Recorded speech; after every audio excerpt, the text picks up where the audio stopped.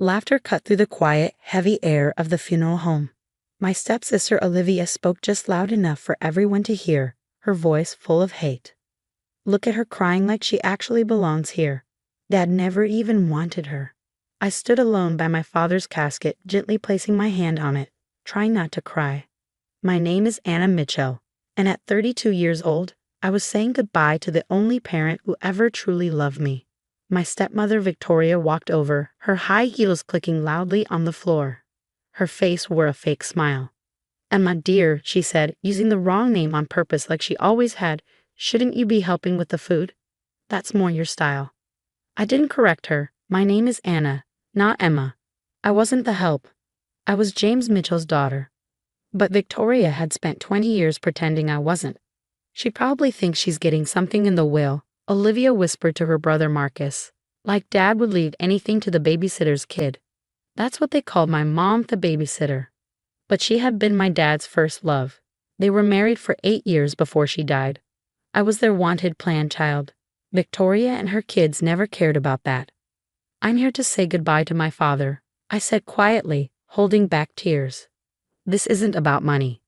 Victoria laughed, cold and sharp. "Oh, sweetie, everything is about money. Why else do you think your father married me after your mother's little accident?" Her words hit me hard. Mom's car crash had shattered Dad and me. Then Victoria came in, acting like a kind neighbor. A year later, she and her kids moved into our house. Life was never the same. "Speaking of money," Marcus added, fixing his tie, "we should talk about the house. Olivia and I think it's time to sell. We'll be inheriting everything anyway." I looked at him and remembered when he first moved in at 13, asking me for help with homework. Now he was just like Victoria, cold, proud, and selfish. "The lawyer will be here soon," Victoria said, checking her gold watch. "He told me James gave clear instructions." Her tone made me uneasy. In the final months, when Dad was sick, she kept me away, saying he was too weak. My messages were ignored. My calls never returned. But I had one thing. A note.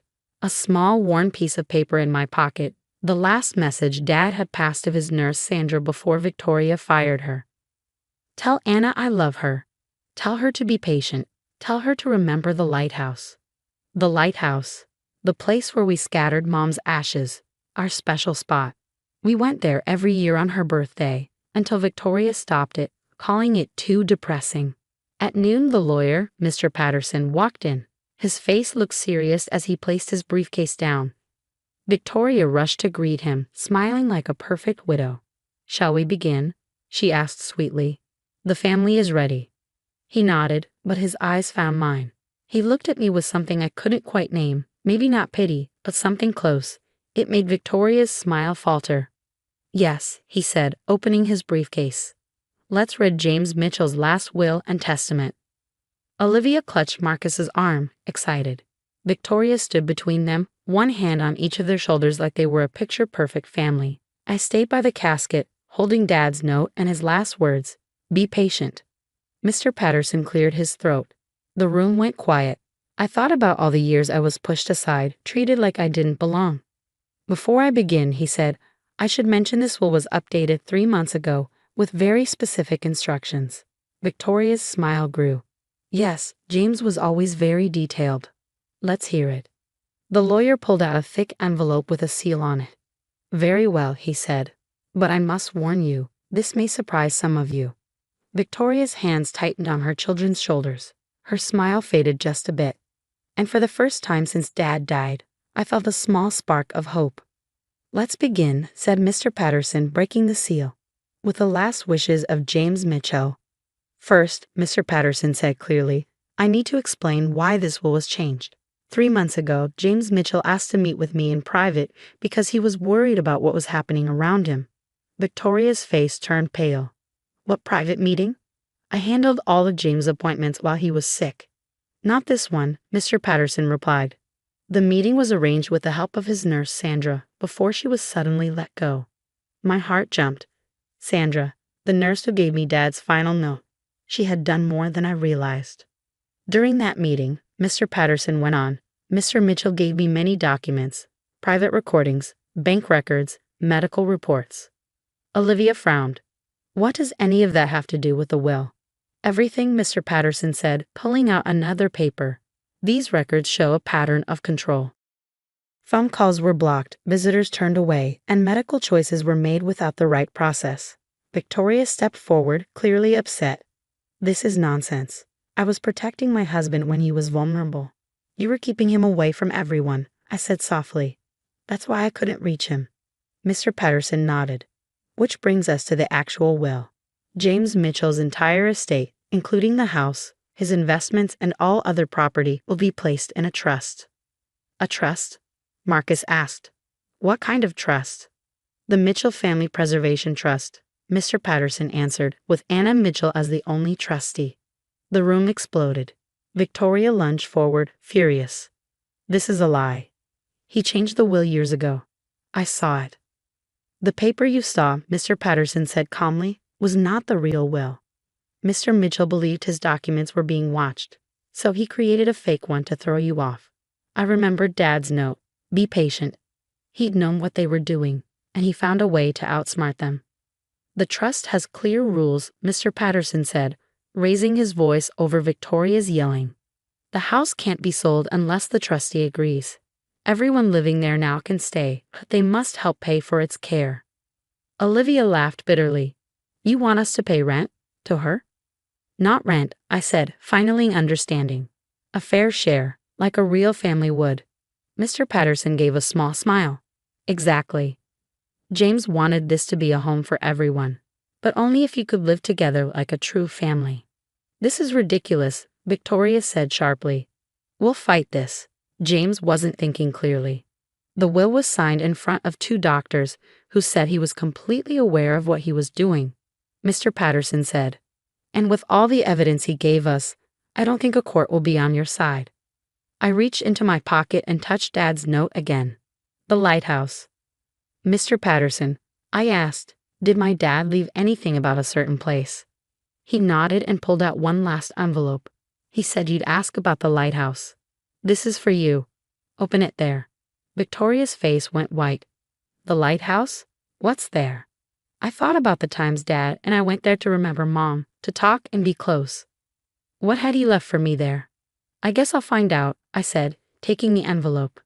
I looked around the room as everything changed. Victoria and her children's plans were falling apart. Dad hadn't just protected me, he protected the idea of what our family used to be before they tried to erase it. His last words echoed in my head. Be patient. He hadn't just meant to wait, he meant that the truth would come out. As Mr. Patterson packed up his things, he glanced at his watch. The lighthouse closes at sunset, he said quietly. If you're going today? I nodded, holding the envelope tightly. Whatever Dad had left for me there, I knew it would matter. And I was ready. The lighthouse stood tall against the setting sun, its white walls painted orange by the fading light. I parked my car in the familiar gravel lot, the envelope from Mr. Patterson heavy in my hands. 20 years of memories washed over me, Mom's laughter, Dad's stories, the peace we'd found here before Victoria changed everything. With trembling fingers, I opened the envelope. Inside was a key and a letter in Dad's handwriting. My dearest Anna, if you're reading this, then everything has happened as I planned. The key opens the lighthouse keeper's office. I made arrangements with the Historical Society years ago. Look behind the blue painting of the harbor. I'm sorry for the pain you've endured. When I married Victoria, I thought I was doing the right thing, giving you a complete family. By the time I realized my mistake, she had already begun isolating us, using my grief over your mother to manipulate both of us. But I never stopped watching, never stopped planning. Every cruel word, every scheme, every attempt to push you away. I documented everything. The evidence is all there, behind that painting, along with something else. Something Victoria never knew existed. Your mother and I had a dream for you, long before she passed. We wanted to protect you, to ensure you'd always have a place to call home. The lighthouse wasn't just where we scattered our ashes, it was where we built your future. I love you, sweetheart. Never doubt that. Dad. I climbed the familiar steps to the office, my heart pounding. The key slid perfectly into the lock. Inside, the blue painting hung exactly where it always had, a constant through all my visits here. Behind it was a wall safe I'd never known existed. The combination was easy. My birthday, the same numbers Dad had used for everything important. Inside, I found a thick folder and a smaller envelope. The folder contained exactly what Dad had promised: years of documented evidence. Photos of Victoria tampering with our mail, recordings of her threatening the household staff, bank statements showing how she'd slowly siphoned away Dad's assets into private accounts. But it was the smaller envelope that made my hands shake. Inside was a deed and a partnership agreement dated 2 years before Mom's death. They had bought the lighthouse and the surrounding property through a private trust, converting it into a historical site with one condition: that their daughter would inherit the position of trustee on her 32nd birthday. I was now the owner of not just a family home, but a piece of history that had been mine all along. My phone buzzed. Victoria. I let it go to voicemail, already knowing what she'd say. Threats, demands, attempts to negotiate. But she had no power anymore. The evidence in this safe would ensure that. As the sun set, I walked out onto the lighthouse balcony, the same spot where we'd scattered Mom's ashes. The sea breeze carried the same salty sweetness it always had, and for the first time since Dad's death, I felt peace. We did it, Dad, I whispered to the wind. We really did it. The next morning, I called Mr. Patterson. Within a week, Victoria, Olivia, and Marcus moved out of the family home, their dreams of easy inheritance shattered. The evidence Dad had gathered ensured they couldn't contest anything without risking their own exposure. I turned the family home into a sanctuary for single parents transitioning through tough times, naming it after my mother. The lighthouse became a museum, sharing not just maritime history but stories of love, legacy, and justice. Sometimes, on quiet evenings, I climb to the lighthouse balcony and think about patience. Dad taught me that justice doesn't always come quickly, but it does come to those who hold on to their truth and never let go of love. Victoria and her children eventually moved to another state, their perfectly crafted facade crumbling under the weight of their exposed lies. But the story people tell now isn't about their cruelty or defeat. It's about a father's love, strong enough to reach beyond death and right the wrongs of years past.